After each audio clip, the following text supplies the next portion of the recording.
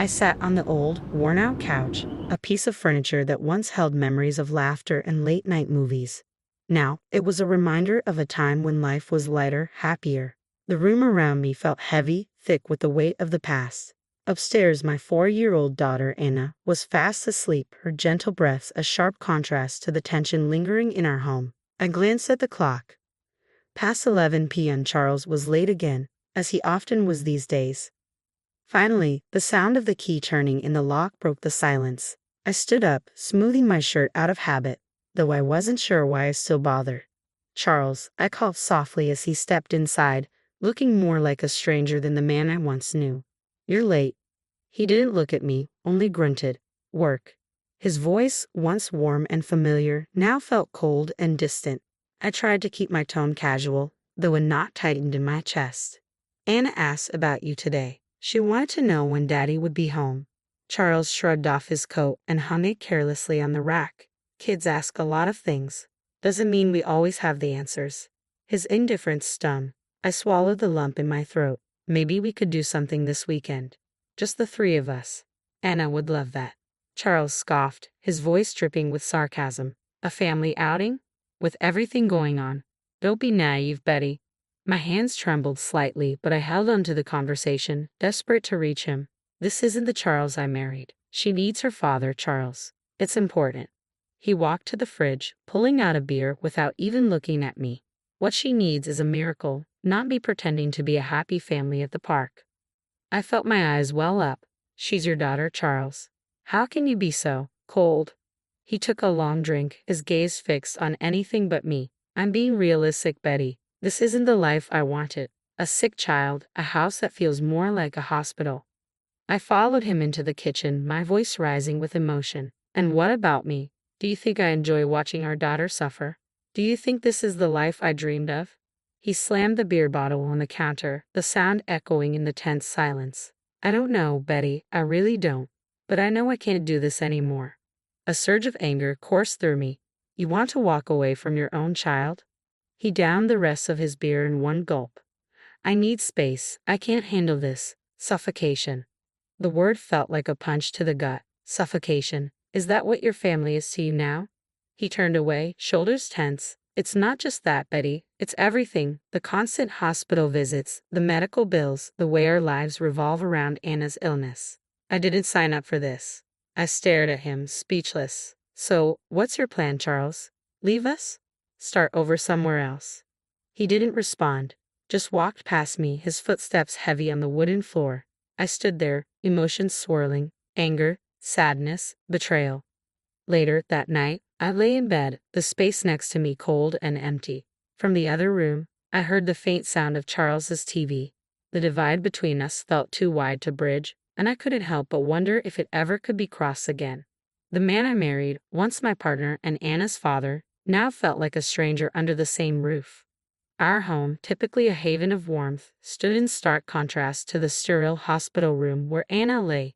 Sitting beside her tiny bed, I held her small hand, drawing strength from her peaceful sleep. Nurse Sharon entered with a kind smile. How's our brave girl doing today, Betty? She's a fighter, I managed, though my voice was weary. Sharon checked Anna's vitals with gentle efficiency. She's in good hands here. The surgery team is one of the best. I nodded, throat tight. I just wish Charles could be here more. She keeps asking for him. Sharon's expression softened. Fathers often find it hard to cope with these situations. But you're doing an amazing job. The weight of loneliness settled on me. It's hard doing it alone. He's just not the same anymore. As if on cue, Charles walked in. His presence was less comforting than I had hoped. He glanced at Anna, then at me, his expression unreadable. How is she? The same, I replied, trying to keep my voice steady. He fiddled with his phone, avoiding my gaze. I can't stay long. Work's crazy. A flash of anger surged through me. Work. Right, because that's what's important right now. Charles looked up, his eyes cold. What do you want from me, Betty? To sit here and watch her sleep? I bit back a retort, focusing instead on Anna. She asked for you today, Charles. She misses her dad. He shrugged, the detachment between us a tangible wall. I'm here, aren't I? Before I could respond, Anna stirred, her voice weak but clear. Daddy? Charles's face softened as he moved closer to her.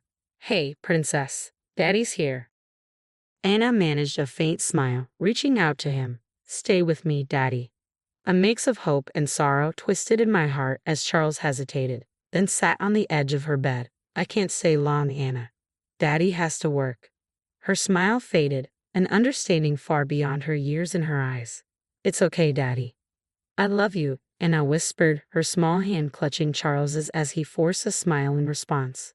I love you too, kiddo. As he stood to leave, a surge of resentment welled up inside me. She needs you, Charles. We need you.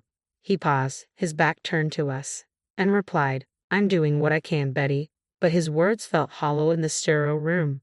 I watched him walk away, a familiar sense of abandonment settling over me like a heavy fog.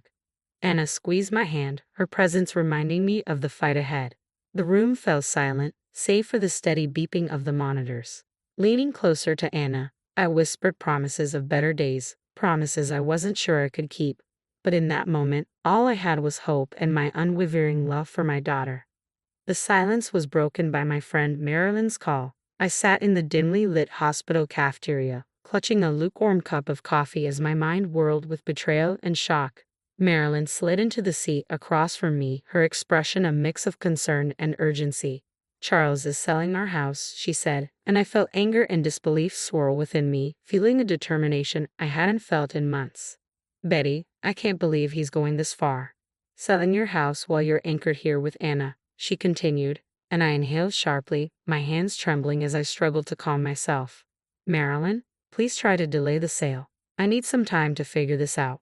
Her expression hardened with resolve. I'll do everything I can, Betty, but you need to know he's insisting on closing quickly. I leaned in, my voice steady with newfound determination. He won't succeed without a fight. He thinks he can just erase our lives and start anew. Marilyn squeezed my hand in solidarity. What's your plan, Betty? The word plan echoed in my head, igniting a fire within me. For too long, I had been passive, a spectator in my own life, overshadowed by Charles's indifference. No more. I'm taking a stand. First thing tomorrow, I'm meeting with a lawyer. We'll find a way to halt the sale. Encouragement lit up Marilyn's face. That's the spirit. Fight for what's yours, Betty. I'm with you every step of the way. I nodded, my resolve bolstered by her support. I'll also need solid evidence, proof of his duplicity, any fraudulent dealings, anything that will strengthen our case. Marilyn proposed we start by scrutinizing the sale details. I'll gather all the information I can, I replied, feeling a sense of purpose wash over me. I focused on the buyer and any irregularities in the deal as I took a bitter sip of my coffee, its harshness mirroring the turmoil inside me. After everything we had been through, I couldn't believe he was capable of this, both to Anna and to me. Marilyn tightened her grip on my hand, her voice filled with resolve. He's a coward for underestimating your strength, Betty, and he'll soon realize his mistake. Rising from our seats, my determination solidified. He'll regret this, Marilyn. He'll regret harming Anna and trying to steal our home. I'll see to that. Marilyn stood by me, fierce and unwavering. Let's turn the tables on him, Betty. Let's show him he messed with the wrong woman. Concealed just outside the realtor's office, my heart raced as I eavesdropped on the meeting inside. Charles was there, smooth-talking the potential buyers with his usual charm. The carefree laughter of his mistress echoed, blissfully unaware of the storm she was part of. I watched as Charles confidently presented the paperwork. This house is a gem, an absolute steal at this price, he boasted while the interested couple, eager yet cautious, nodded as they perused the documents. Everything appears to be in order, the wife commented, and Charles's mistress, decked out in vibrant red lipstick, leaned in close, chuckling. See? Easy as pie, she murmured. My anger flared, but I remained focused on gathering damning evidence. The husband glanced up, inquiring, and the owner is on board with all this, Charles replied swiftly, spitting a lie that seemed almost believable. Absolutely, she's ready to move on and eager to sell quickly. My fists clenched at his blatant falsehood, my nails digging into my palms as I fought the urge to storm in. Marilyn, ever the ally in my scheme, smoothly interjected, if you're ready, we can finalize the sale right now. The couple exchanged glances and nodded. We can't pass this up. I watched in silent agony as they signed the documents, each stroke a blow against the life we had built. I remained stoic, aware that this was a moment for clear-headed action, not unchecked emotions. Charles's laughter echoed in the background, mingling with the clinking of glasses as he toasted to new beginnings with the buyers, his arm around his mistress. Then, I made my entrance into the room, causing a ripple of shock and confusion among the guests. Enjoying yourself, Charles? My voice was calm, abruptly pausing the celebration. His smile faltered. Betty, what are you doing here? His question hung in the air as I approached them with determined steps. I'm here to stop you from making a monumental mistake, I stated firmly. His mistress rolled her eyes dismissively. What are you talking about? The deal is done. I returned her gaze with a smile that was cold and devoid of friendliness. Is it now? Because I don't recall agreeing to sell my house. The buyers exchanged uneasy glances. We were told everything was in order, the husband said, his voice laced with doubt. Charles tried to regain control of the situation, stepping forward. Betty, you're confused. This is for the best. I shook my head, resolute. No, Charles. The only confusion here is yours if you think you can forge my signature and get away with it. Silence enveloped the room as Charles's complexion turned notably paler. You can't prove anything, he blurted defensively. From my bag, I produced a set of documents. Actually, I can. I held the papers tightly in my hands, feeling the weight of their significance. I have these, I declared. What you're holding are forgeries. His mistress tugged anxiously at his arm, panic creeping into her voice. Charles, what is she talking about? Tell me this isn't true. But Charles stood frozen, his suave demeanor shattered in an instant. Just then, the door swung open, and 3 police officers stepped inside. One of them faced Charles directly. Charles Johnson, you're under arrest for fraud and forgery. Color drained from his face as he glanced at me, disbelief etched across his features. You called the cops? Yes, I did, I replied, my voice steady and unwavering. You broke the law, Charles, and you tried to steal my home. As the officers handcuffed him, I noticed his mistress begin to sob, her mascara running down her cheeks. The potential buyers, sensing the gravity of the situation, hurriedly gathered their belongings, eager to escape the unfolding drama. One officer turned to me. We need your statement, ma'am. I nodded, a surge of vindication coursing through me. Of course, officer. As they led Charles away, he shot me a look filled with anger and regret. But I felt no sympathy. He had made his choices, and now he was facing the consequences. Marilyn, witnessing the scene, smiled at me approvingly. I returned her smile, stepping out of the office with a significant weight lifted from my shoulders. I had stood up for myself and for Anna.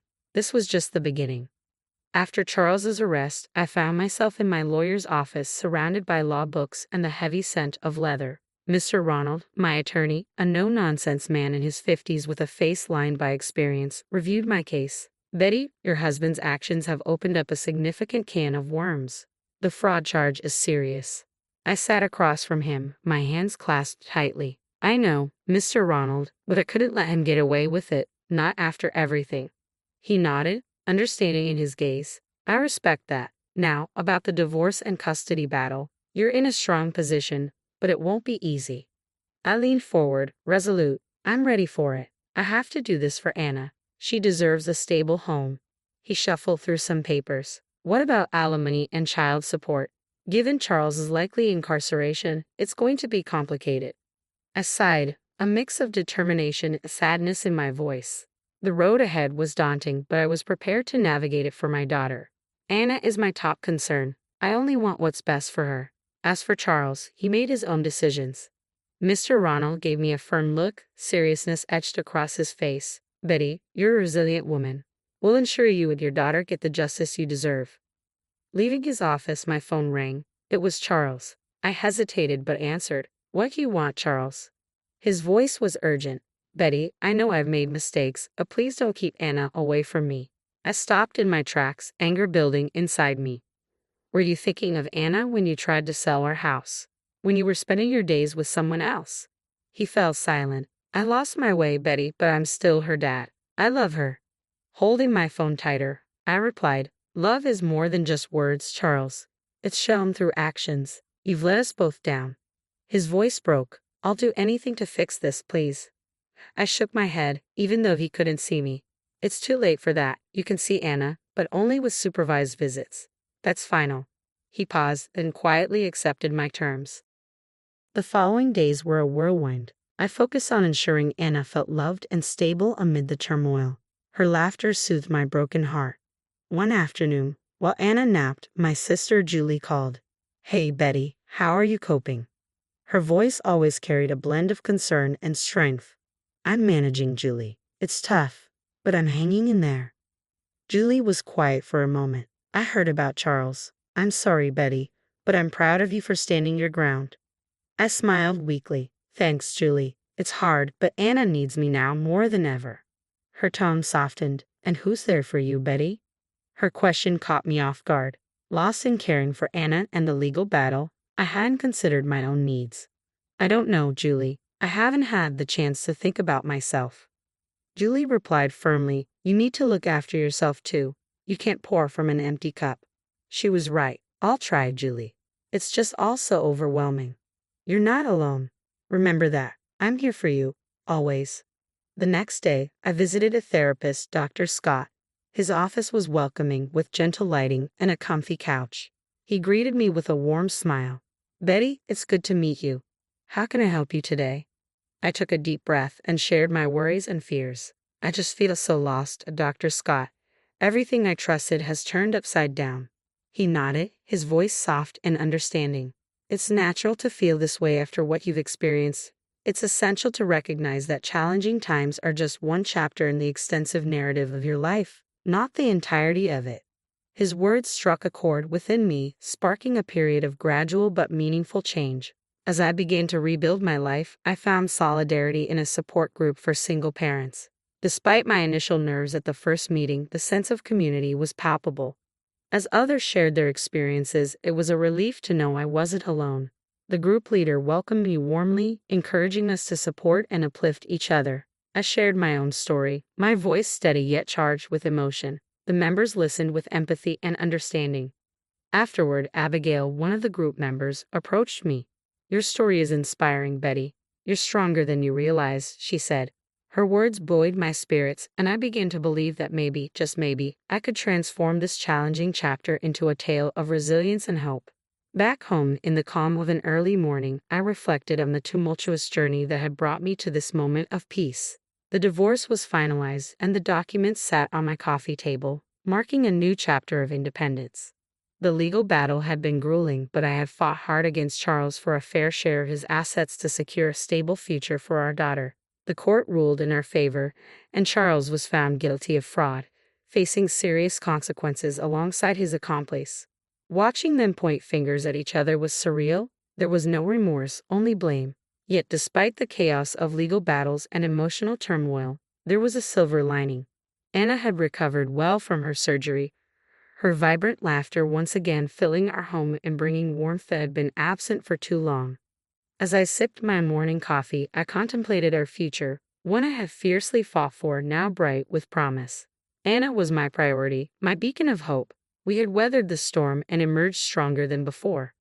I looked at the photographs on the mantel, pictures of us at the park, at the zoo, our faces bright with smiles. These weren't just images. They were symbols of our resilience and our capacity to find joy even in adversity. Just then, Anna burst into the room, her hair tousled and her eyes sparkling with excitement. "Mommy, are we going to the park today?" she asked eagerly. My heart swelled with love as I nodded. "Yes, sweetheart, we're going to have a great day." Her laughter rang through the room as she clapped her hands in delight. Watching her play, I realized that these moments of joy and recovery were what truly mattered. The struggles, the pain, and the betrayal were behind us. Ahead lay a path filled with healing, laughter, and a new journey.